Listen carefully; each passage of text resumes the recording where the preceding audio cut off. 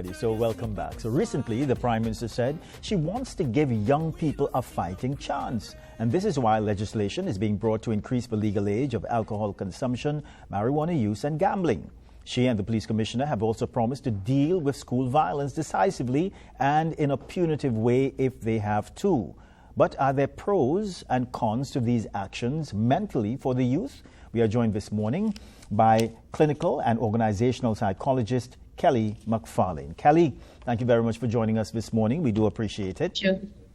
Sure. Yeah. So, Kelly, I think that the argument, and this is based on what the Prime Minister would have said, is that there are certain problems concerning the youth that we have been dealing with for some time now. Of course, you know that I think that in some cases, you may agree, you may not agree, but in some cases, I think that people feel that that in some cases, people would have been slapped on the wrist.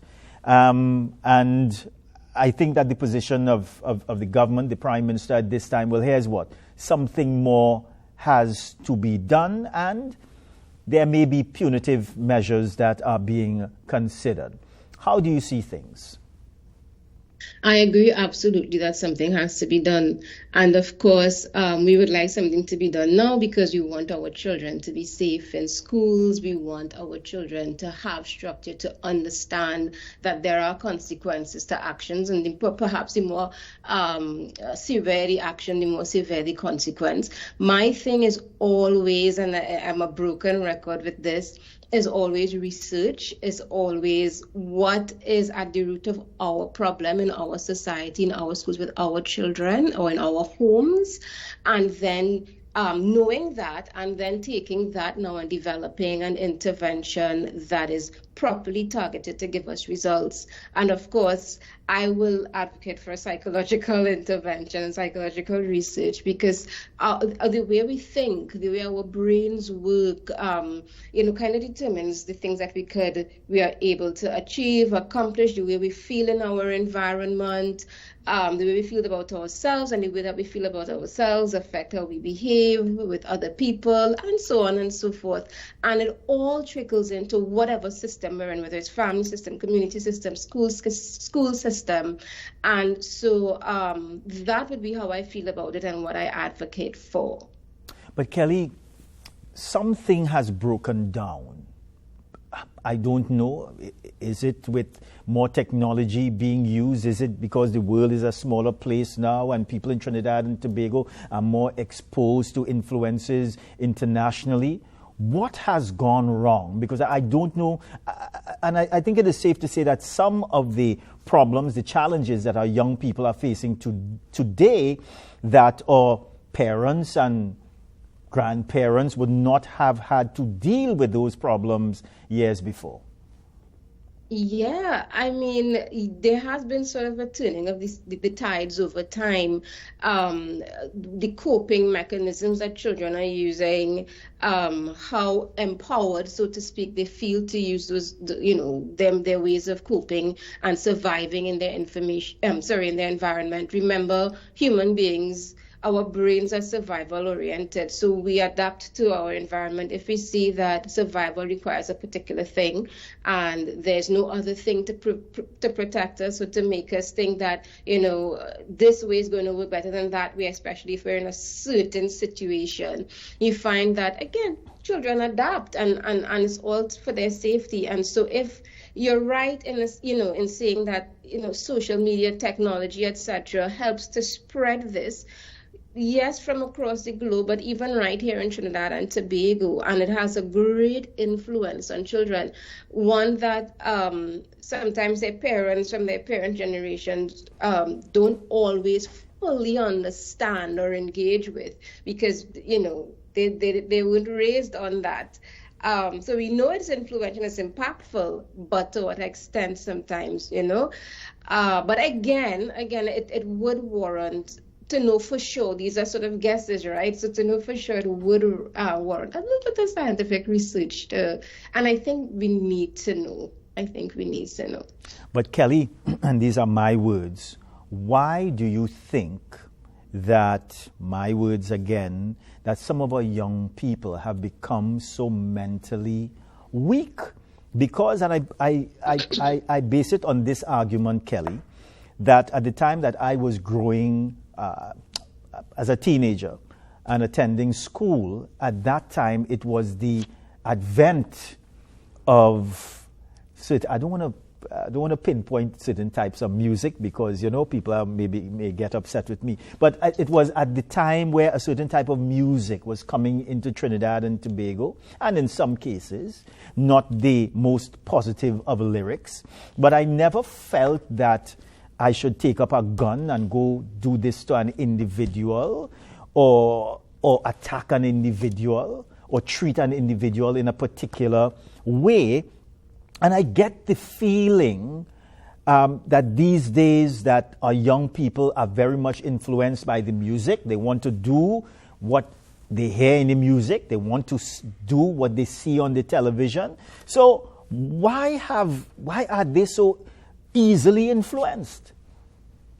I think I will take for now 3 points: frequency, intensity, and so how often we hear it now, our foundation, and how often our foundation and how much of it we hear, right? Mm-hmm. So let's say when you were coming up, we still had, you know, a variety of music, and then you had your foundation, not just from your home and your family, but when you were growing up, you might have had different music, or you might have been outside playing. Yes. You didn't listen to much music. We didn't have cable, maybe, you know. Mm-hmm. And so we were a little more protected in that sense. And as our culture grew and changed and took on more influence, it's not just the kids, our culture has been taking on more influence. And, you know, of course, we know that we have children in Trinidad and Tobago, many, perhaps the majority, that are doing very well socially, psychologically, as well as they can do as children, you know, academically and otherwise. But I think that when we have these, you know, great or massive incidences of violence and so on, it screams above all else, you know, because because we're survival oriented, we as humans and as a society tend to want to know what's going wrong so that we could protect ourselves from it, right? And so it spreads, we talk about it, we try to figure it out and so on. But I wouldn't say necessarily that it's mentally weak, because throughout time, throughout evolutionary time, we do take influences from our environment. Human beings are social beings. So again, what happens in our psychosocial environment, our social environment, will help to influence our own development, even as adults, because we don't stop, I believe we don't stop developing or changing, right? But you take yourself from Trinidad, you put yourself in, I don't know, some European, African or so country, and you will see changes in yourself, right? And if you really can't fit, you find yourself running away and leaving it. And if we as adults, whose brains are supposed to be fully developed, can still be so influenced, then so can children. So we do have to look at and I agree with you 100% about the music and the influence of the media, 100%, right? But it's also us as adults who have to sort of take a role in monitoring these things, and it can't always be 100%, you know, but we do have to play our part as well. Yeah. I just think that so many people and I think that the straight and narrow life is a very difficult one, right? And I think that a lot of people don't like to take that road because it could be very lonely and, as I said, difficult. So therefore, is it that people want to belong? So it's a sense of belonging that they want. I want to have friends, and I want to be a part of this group. So that's why. Yes. And just yes. And again, because we being social beings, and we were evolved to be social beings. So when you think of survival of the fittest, right? Which is how come we are here, right? We look at human beings moved in tribes, in groups, and that's what kept us alive. And the ones of us who stayed alive are the ones who had offspring, and their offspring had offspring, and so on, and that's how we are here. In the animal kingdom altogether, lots of animals, lions, etc., move in packs, right? Mm-hmm. We are we are evolved to have to want to fit in, If we look at Maslow's pyramid of needs, right? And lots of people know this is like a triangle with from your basic needs all the way up to self-actualization, and you have to fill the needs at the bottom of the pyramid before you could ever self-actualize or really become your full potential, right? All the things you can and want to be and to achieve and accomplish. And one of the bottom tiers is a sense of belonging. Other psychological developmental theory tell us that a sense of belonging and community is what makes us feel safe. And it's only when we feel safe that we can learn and we can develop. Right? So 100% we do need to fit in. What we think we need to fit into is further shaped by our environment and our culture and our society. What we think will benefit us in terms of fitting into and what we think will make things worse. And my worst mightn't be your worst, because you and I may not be in the same environment or doing the same thing or have the same resources or the same social support. But that's what we adapt and respond to. How do you deal with a situation, though, where some students see them being suspended as a badge of honor, or if they are expelled, they are ecstatic about it? How do you deal with situations such as these?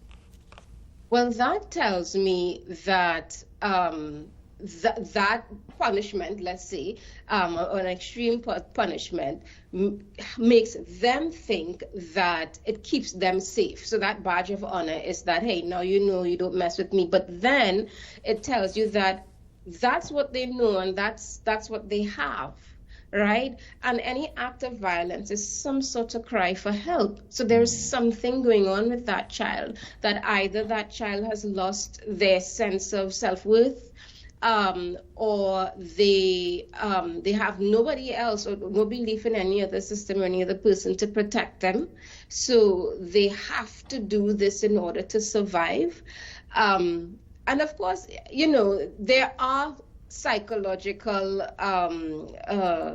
disorders and so on that could also explain some of those types of behaviors, right? Like oppositional defiance disorder. Children do experience depression and anxiety, and without the appropriate support or validation and so on, you might see certain behaviors. It might be learned behavior. It might be that they hear somebody that they look up to speak like that, and so on and so forth. So, there are several reasons that a child might respond like that. But again, it does tell me that we really need to get to the root of why did you do what you do, and why do you think this is the best thing that could happen to you?